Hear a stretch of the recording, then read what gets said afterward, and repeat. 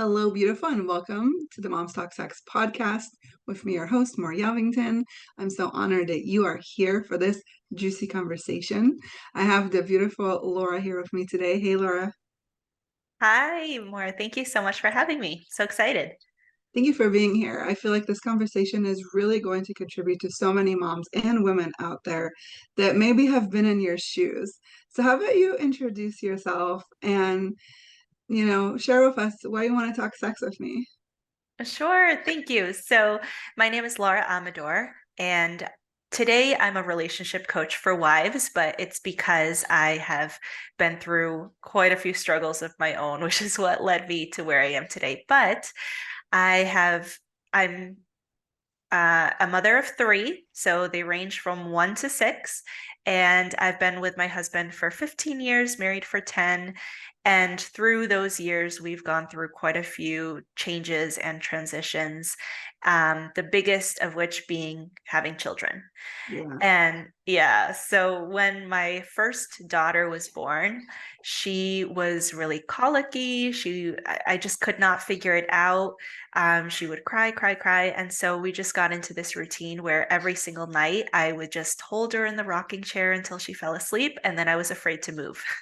Yeah. As a- And so that became our routine. And so as she grew, even though we figured out her sleep and she's, thank goodness, stopped crying and all of that, because we had gotten into this routine of not sleeping together, it was like, sex, what's that? And it just became our place of comfort and feeling safe was to just not have sex. Like it actually became something that felt really scary to even think about. And so, if I'm being totally honest, I almost used the baby as a way to avoid it, not because I didn't want it, but because it felt really vulnerable and scary. And I just wasn't, uh, yeah, I wasn't willing to go there. Yeah. And I totally relate to that because I feel so many moms, especially in your first child, when you don't know, it could be so daunting and so exhausting. All my kids were colicky and it was so hard to, find that separation and just find you again and get them out of your boob and then into bed. And like, I don't want anybody touching me. And like, are you gonna play with my boobs? My baby just like breastfed out of my boobs. Like, this is so weird. Like, I just remember all of that. So I can totally see how that could be really comfortable to like just avoid it. But how is that affecting your relationship? yeah, oh my gosh, yes, I can totally relate to everything you just said.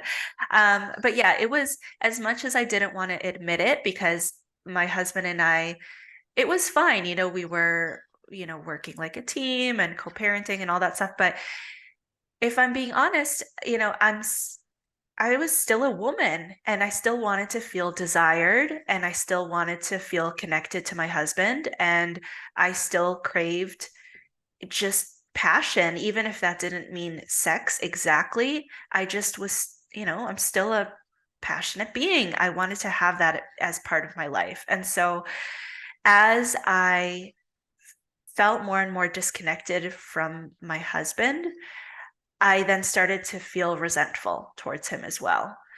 And, back then I didn't really put two and two together. And but that was a big part of what contributed to my feeling resentful towards him was that, oh, he doesn't care about being connected to me, or he doesn't feel attracted to me anymore, or just me trying to guess what was going on in his mind and in his body and why he wasn't approaching me anymore. But a big part of that was just not only the routine, but also I was holding him at bay energetically as well. I was not being very inviting or yeah, I was not giving off Open. any kind. Exactly, exactly. Yeah. Yes. I know, I feel like we could totally send that vibe of like, do not touch me. It was funny. I was talking to a girlfriend the other day, and she was saying she was walking down the street, and on the other side of the street, there was a guy that you could tell was kind of sketch. And she's like, I just sent him this, like, do not fuck with me energy. And he just, like, turned around and walked the other way. And she was like, and it was amazing how, I was so, like, pinpointed with this energy that I sent to him. And I was like, wow, it's amazing. Because I'm wondering, like, how many guys or husbands, right, when we have a hard day at home with our kids and we're so overwhelmed and we're so over it, they come home and they just get the energy of that, like kind of thrown at there, like, this has been my Mhm. ball all day. Now I'm throwing this to you, right? And so I could totally see how feeling like, do not come near me, like, okay, she doesn't want anything to do with me. 100%. Oh my gosh. Men, yeah, I mean, my husband's definitely very attuned. I don't have to say a word, and he can pick up on if I want him near me or not. And it's funny how these things really they kind of make their way out in ways that might seem completely disconnected to sex. But for example, I would let out my frustration that I didn't feel desired, or I didn't feel attractive, or I didn't feel connected to my husband. I would let out that frustration in little things that seemed so random, but it was just easy. So, Yeah. if he'd load the dishwasher wrong, or if he didn't change the baby's diaper while I was at work, or things like that that seemed to have nothing to do with sex, but really it was just an an outlet, a way for me to let out that resentment and that frustration in a way that felt easier than to really get to the real vulnerable stuff that was going on deep down. I know, I totally connect to that. I feel so many women just are not aware of how much cutting that part of them off is affecting their mental being and how they present themselves in the world. Like I was thinking the other day, the term like Karen. I feel like there would be no Karens if they just got laid, right? I always say that. Like we have this, a family member and she's kind of old and cranky. And I'm always like, if you just got laid, if you just had sex, you would not be this cranky, right? And so it's like we're just not aware of what's really going on because we don't think for some reason, right? For some reason we're taught like, you know, not to kind of disconnect, like this has nothing to do with who we are, where in essence that's like our essence of who we are, right? Mhm. It's so true. Yes. Yes. And just being able to feel like, yes, I am a mom now, and I'm still a woman. I'm still a passionate being. And that's all good. It can all be Yes. one. And the thing that I realize also is like, yes, it's a lot about you and your husband and being intimate, or me and my husband, right? Being intimate. But if I feel a lot of like stress, I realize that like if I haven't orgasm, like even if I didn't do it myself, right, in a few days, I just get it's like this built up, pent up energy just needs a release. And I feel like if we just don't release it, it just builds up, builds up, builds up, and then it has nowhere to go just in other ways. So it's a lot more easier to be triggered also at that point. I like for me at least. Yes, totally. I can completely relate to that. Yeah. And, I'm not sure if I've mentioned this yet, but all of this getting into a place of just comfort and routine and fear, avoidance, it led to a pretty long dry spell. Like we're talking over a year. And being able to, well, I remember when I felt really stuck, I was looking, okay, I knew logistically, like to have a healthy, thriving marriage, we should be doing it, Right. right? And they even say, research or whatever the articles will say, like you should be doing it 2.5 times per week, whatever that means. 2.5, like a half Yeah. sex? What is that? What is that? I don't want half Right? sex. Right. We're just gonna stop in the middle. No, that's your 2.5. Yeah. So we'll take it next week. Right. Yeah, but just reading that made me feel awful. Like, oh, okay. So I guess that means I don't have a healthy relationship, and I have to fix that, and I have no idea how, right? And there's so much advice out there. A lot of it's conflicting, and a lot of it just felt really scary. Like it was just too much too soon. And so for me, I just had to really break it down, and break it down in terms of, okay, what feels doable? What feels like something that would be a stretch, but not too much that's going to send me into like hiding mode, and so for me that meant literally just starting with I'm going to wrap my like intertwine our legs. And that might sound like nothing to some people, but that's where I was, and that's where I had to start. And even that felt scary. And then just going from there and taking it one little step at a time. Because for me, jumping in head first would have just been too much. So just Yeah. really for me, just breaking it down and being okay with not being at 2.5 times per week and comparing myself and all of that stuff. Wow, that's so vulnerable. So it was almost like there was a turning point, huh? When you read that, like 2.5, like, okay, I need to do something to save my marriage. Hmm. Yeah, it just felt really shocking, like, oh, we're I guess we're way off. But it also was that comparison trap, right? Which is never a healthy place to be if comparing, Yeah. especially So to how did you get, oh, statistics. yeah, Oh, right. go ahead. Yeah. The statistics are always great. Like, I'm gonna give you statistics. I had to Google, what is the tooth fairy giving kids these days? Well, apparently it's $6.5. Me and my husband had this whole like, I was like, $1 is fine. No, $5. But he's like, this the norm. The statistics is 6.5. I'm like, 6.5 a tooth? What? Anyway, Right? Oh, wow. side note. She's Statistics are not always right. right. Um, so I'm curious, okay, so now you're coaching people on this stuff. So how did you get to this point? I mean, that's a very huge leap from where you were to where you are now. So what got you to this point? Yeah, well, I am big into just researching and combing through Google and looking for answers until I find something. Yeah. And so I kind of treated my marriage like an experiment in a petri dish for a long time. And, I tried a lot of things. Some things blew up in my face, a lot of things didn't work. But when I finally found something that did work, I doubled and tripled down on it. And really was just worked so well for me that I realized, okay, I can't be the only one who knows this. I have to keep spreading it. Now um, you have to share with us. First, I want to know what doesn't work. what doesn't work? Okay. Um, okay, this might sound really controversial, but I read everywhere communication 100%, right? That you Yeah. need communication. And so I would go to my husband and say, we really should be having sex or, whatever issue was on my mind, because there was a lot of different issues going on. It wasn't just that. Um, but the thing was that then I would kind of scare myself.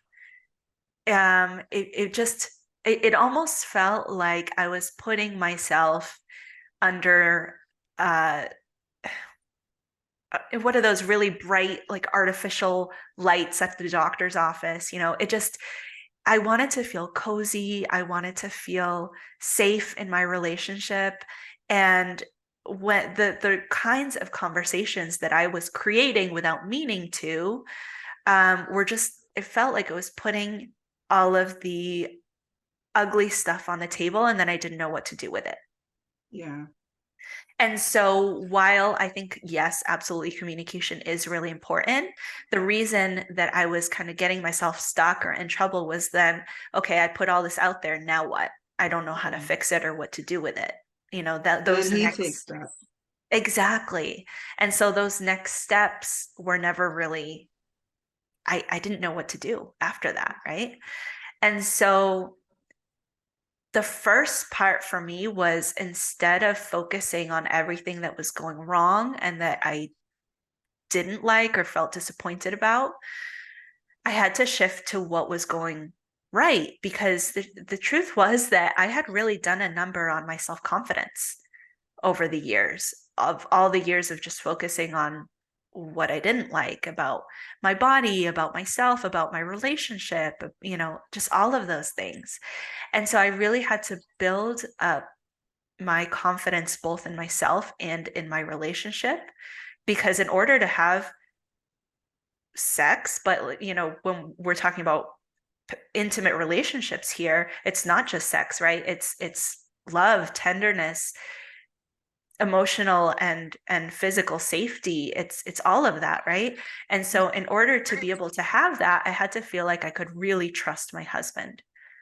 And when I was focused on everything that was going wrong or disappointing me, that could not be present. And so how on earth was I expecting myself to have intimate physical relationships with my husband when I hadn't even done the inner, the foundational work first?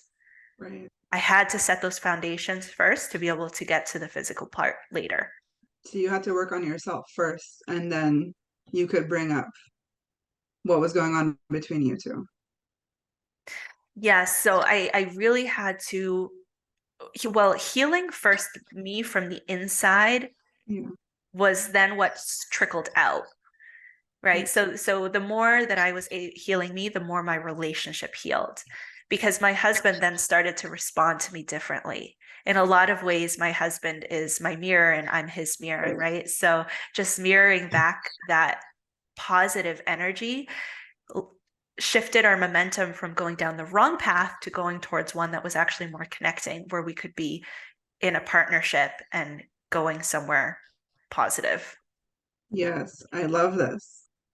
So, what did work, from what I hear from what you're saying, is actually doing the inner work on you that then transformed the relationship, which I see time and time again with my clients. It's like when we do the healing, when we get rid of the trauma, when we clear all our beliefs and expectations that we have about love, commitment, how it should look, how it should feel, what it should be like, that's when we can actually be really present in what we actually want.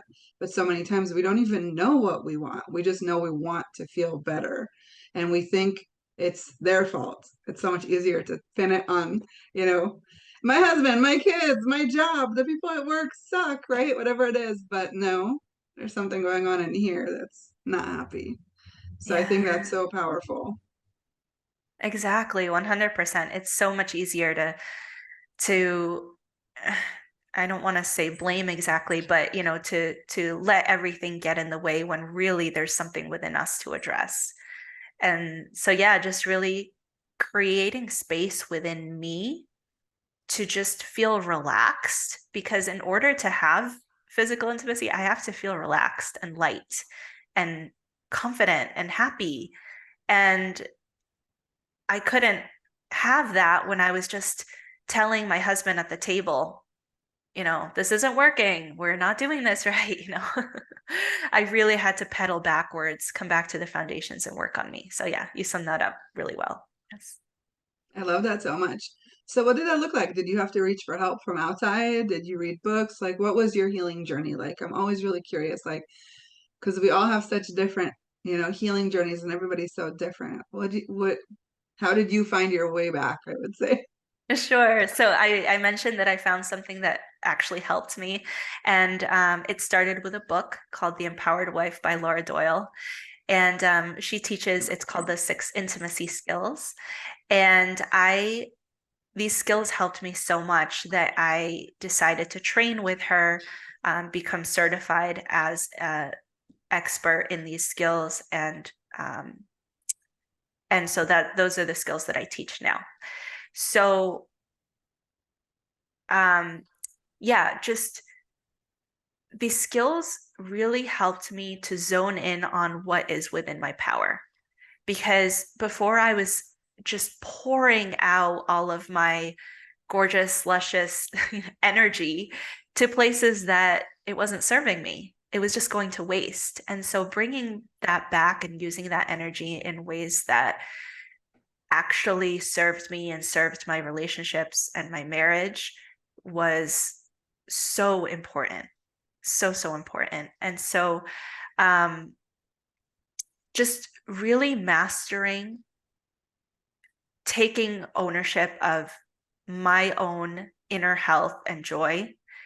Of course, that's the foundation, right? It didn't stop there, but the more that I worked on me, the better my husband responded to me. And so all of those things before that I thought he doesn't care or he's not helping me or he's he, right? Mhm. But the more that I focused on me, the more he responded in a really positive way. Right. I love that so much because I feel like when we carry resentment, when we carry anger, when we carry frustration, energetically, that's so heavy. So it's like we're spending all our energy trying to keep that in bay, right? Trying to avoid dealing with it, trying to avoid actually touching it. And we spend, like you said, so much energy on the wrong things. And then we're wondering why we're so depleted, why we're so tired, right? It's because all our energy is just going and focusing on all this subconscious stuff that a lot of times we're not even aware is there even. So I love how you say that. So maybe you can share, you said it's 6 principles. Maybe you can share one or two of those principles. Yeah, I'd love to. Sure. Um, okay, so since we're talking about sex, I guess we can keep it on the topic and exactly how I was able to go from over a year-long dry spell to I'm not joking, like it was like every night for a few months. We're And like making up for it. yes, yes, yes. And then, things evened out to more normal pattern. But yeah, it just felt like that was not in the cards for me. Like I never would have hoped that that was even possible. So the first step was really just letting go of putting so much pressure because the pressure can destroy everything. It can destroy my own confidence and just the actual feelings of romance and that emotional safety that I talked about. So I really had to rebuild emotional safety both for myself and between us by taking off that darn pressure. And so I did that. I already alluded to this a little bit, but by really, really honing in on everything that was going well. So really this comes down to the skill or the principle of gratitude, which yeah, we hear about gratitude all the time, right? I already know. But really the reason this was so incredibly powerful is because I had a list as long as my arm that just went on and on and on about all the things that were not going right. Yeah. And what I focus on increases 100%, 100%. Yeah. And so I was just creating more and more of that. I was in this vicious cycle of not feeling supported, not feeling seen, appreciated, desired, any of that, right? And so I really had to stop that cycle in its tracks and turn it on its head by something called a spouse fulfilling prophecy, which is very much like a self fulfilling prophecy. Yeah. But I think of, okay, what is it I do want to experience when in relation to my husband, with my marriage? What is it I want to experience? Even if it feels completely unrealistic or hopeless, this is a moment for me to be really raw and honest with myself, right? And ask myself, what do I want to experience? And so I realized I want to have a passionate marriage. And Yeah. that felt laughable back then. Okay. Like I said, I was scared to even like touch, our legs together. Right. But that was what I wanted. I wanted a passionate marriage. And so that meant using a spouse fulfilling prophecy, or, if some people are familiar with manifestation, that's in essence pretty much what it is.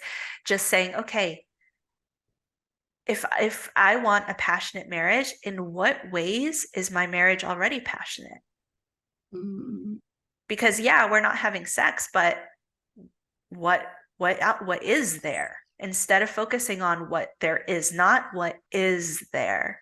And that just really retrained my brain to start looking for all of the ways that, oh, actually, yes, there are traces of passion between us.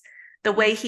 The way he held my gaze, the way he touched the small of my back when I was walking by, the way our skin lingered a little bit when we walked by each other, just these little traces of, yes, there is passion there. There's something there. Yeah. That was how I started to rebuild my own confidence and to open up the space and the possibility for more. I love that so much. And I feel like, ah, if anybody wants to know more about this and more about what you do and more about how to work with you, how can they find you? Oh, sure. Thank you. Well, I created a guide that's based on what I wish I knew back in those days when I felt really stuck and hopeless. And the guide is called The Five Mistakes That Are Sabotaging the Connection in Your Marriage. So I'd say that that's a really, really great place to start because a lot of these little mistakes are things that I know I was doing completely unwittingly, having no idea that this was getting in the way of connection. Yeah. And so many of the women that I know and speak to um, are on board too. So I'd say that's a perfect place to start. I also, I help women through one-on-one and group coaching, but I'm on all the social medias on Facebook and Instagram as well. Oh, thank you so much for this because I feel like I said, I feel like there's so many women in your shoes or that have been in your shoes and they just don't know how to start. They don't know how to get there. And I love how you just really broke it down super vulnerable and open about what you went through and what you can do to step out of it and literally have sex every night. That's like a dream, right? That's the dream marriage. So, yes, I think that is so incredible. Thank you so much for being here. Oh, thank you for having me, but also for creating this space for these open conversations. It's so important. I know I felt so isolated and lonely, and so I'm just so grateful that you're providing this space for women. Thank you. Thank you for that. And thank you for being here. And thank you guys for listening. If this touched you, move you, please comment, let me know, let us know. If you have any questions for Laura, you could just drop them in the chat or in the conversation. We would love to respond. And if you need any help or support, just reach out. So thank you for tuning in, and we'll tune in again with you next week. Bye.